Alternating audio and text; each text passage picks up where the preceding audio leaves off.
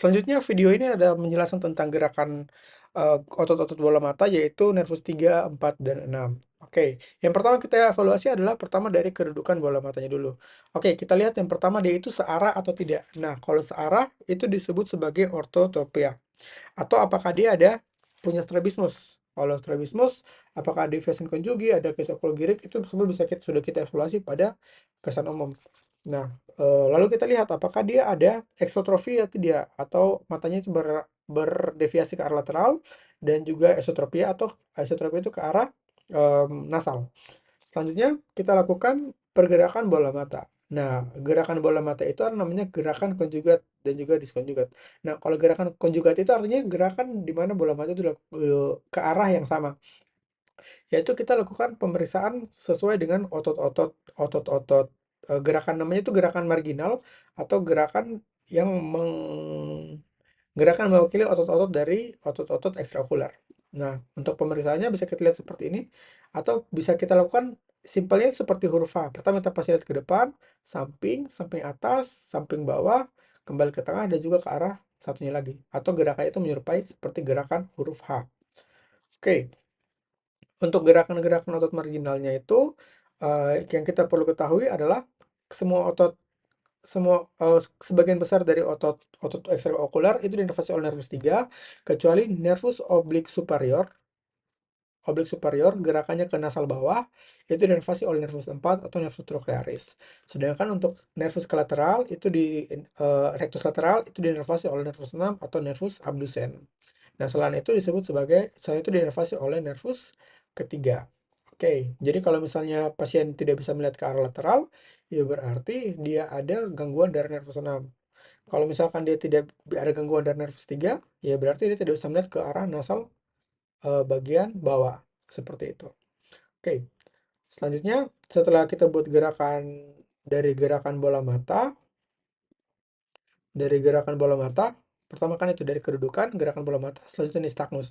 Nah, kalau nistagmus kita lihat apakah ada gerakan bolak-balik. Jadi kalau nistagmus itu adalah gerakan bolak-balik secara involuter. Kita lihat fasenya, fase lambatnya, fase cepatnya itu kemana.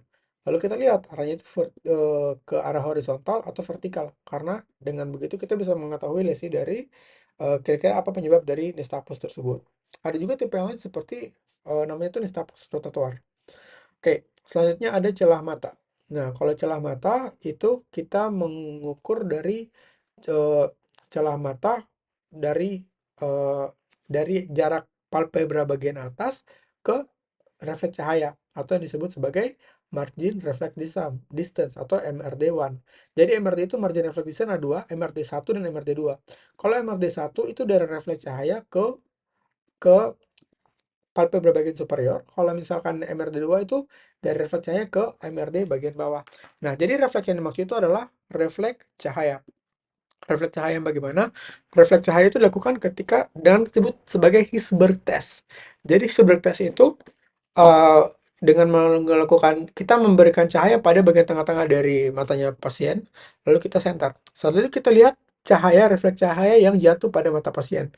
Kalau misalnya pasien itu masih normal, otomatis letaknya itu secara simetris.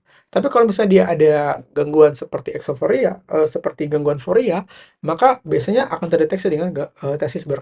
Nah, dari tes Hirschberg ini kita ukur dari refleks cahaya yang ada itu dengan ke atas, ke arah palpebra bagian atas dan juga palpebra bagian bawah. Nah, palpebra bagian atas terus kita hitung berapa milimeter jaraknya. Nah, dari jaraknya itu kita bisa lihat, kita bisa evaluasi. Oke, kalau dari jaraknya itu kita lihat, oh ini di sini tidak tertulis. Kalau untuk jaraknya itu, kalau misalnya MRD-nya itu normalnya itu MRD itu 3 sampai 5 mm. Kalau misalnya MRD satunya itu kurang dari 2 mm, itu biasanya bisa disebut sebagai ptosis. Nah, tapi kalau misalnya kadang-kadang ada juga keadaan di mana sebertas itu meningkat. Contohnya pada exophthalmos, matanya terdorong ke depan. Jadi seakan-akan palpebra itu naik ke atas. Itu seperti pada Graves' disease, itu MRD satunya itu menurun di atas meningkat atau di atas dari 2 mm. Jadi kalau di bawah 2 mm itu ptosis, kalau di atas 2 mm ya kita bisa sebut sebagai kemungkinan ada exophthalmos atau MRD satunya meningkat. Nah, itu kalau diukur ke atas, kalau ke bawah itu MRT 2. Selanjutnya ada ptosis ya, itu sudah yang tadi. Dan selanjutnya adalah pemeriksaan pupil. Jadi kalau pupil itu pertama kita inspeksi, ada juga ya, selanjutnya ada yang refleks. Yang pertama dari pupil. Nah, kalau dari pupil kita lihat bentuknya dulu. Bentuknya bulat, reguler atau tidak. Nah, kalau reguler itu biasanya pada pasien dengan sinekia atau pada perlengketan dari pupilnya. Kita bisa lihat kiri dan kanan itu simetris atau tidak, ada sinekia atau tidak, irregular atau tidak. Nah, lalu kita lihat ukurannya. Ukurannya itu normalnya itu adalah 3 mm, 3 sampai 5 mm. Kalau kurang dari 2 mm disebut sebagai miosis, kalau lebih dari 5 mm disebut sebagai midriasis. Kalau misalkan jarak beda mata kiri dan mata kanan ukurannya berbeda lebih dari 2 cm disebut sebagai anisokor. Nah, jadi kita lihat itu bentuknya, ukurannya dan isokor atau tidak. Nah, setelah kita inspeksi, nah bagaimana cara inspeksi? Eh, Kalau cara inspeksi itu adalah kita mengarahkan senter itu dari arah bawah.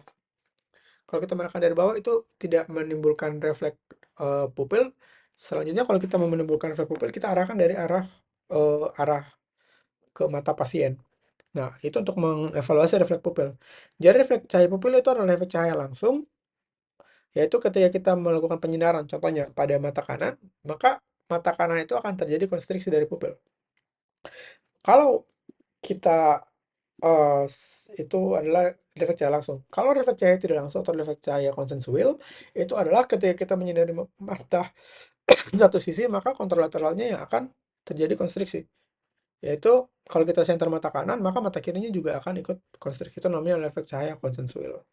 Nah, selanjutnya ada refleks cahaya akomodatif, itu adalah ketika kita atau namanya itu adalah tes convergence, kita meminta untuk pasien memandang dari arah yang jauh dan lalu melihat ke arah telunjuknya kita. Jadi seperti ini.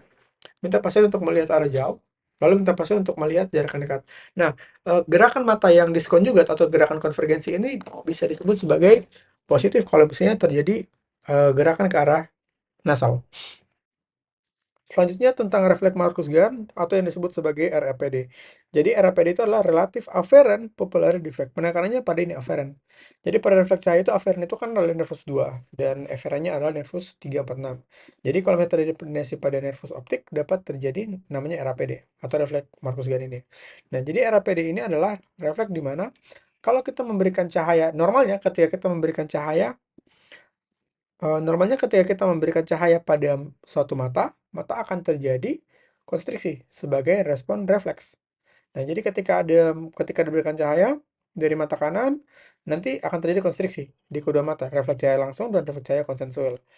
Namun, jika kita berikan pada penyinaran pada refleks cahaya yang biasa, pada refleks cahaya mata yang terdapat RAPD, maka tidak ada refleks cahaya. Itu yang akan terjadi. Jadi kita akan lakukan namanya swinging test, leg swinging test. Jadi kita periksa mata kanan, lalu mata kiri, lalu mata kiri, lalu mata kanan, lalu lihat responnya. Apakah terjadi perbedaan? Kalau pada mata normal terjadi konstriksi dan pada mata tidak normal diberikan penyinaran tidak terjadi konstriksi, maka itu akan terjadi, akan disebut sebagai RAPD-nya positif. Oke, selanjutnya adalah tes Wattenberg. Jadi tes Wattenberg itu untuk mendeteksi pada penyakit miastenia gravis. Jadi kita letakkan jari telunjuk sekitar jaraknya 30 derajat dari mata pasien atau sekitar 10 sampai 15 cm di atas mata pasien. Lalu minta pasien untuk melihat, tunggu sampai 1 sampai 2 menit. Lihat apakah ada penurunan dari palpebra atau ptosis atau tidak.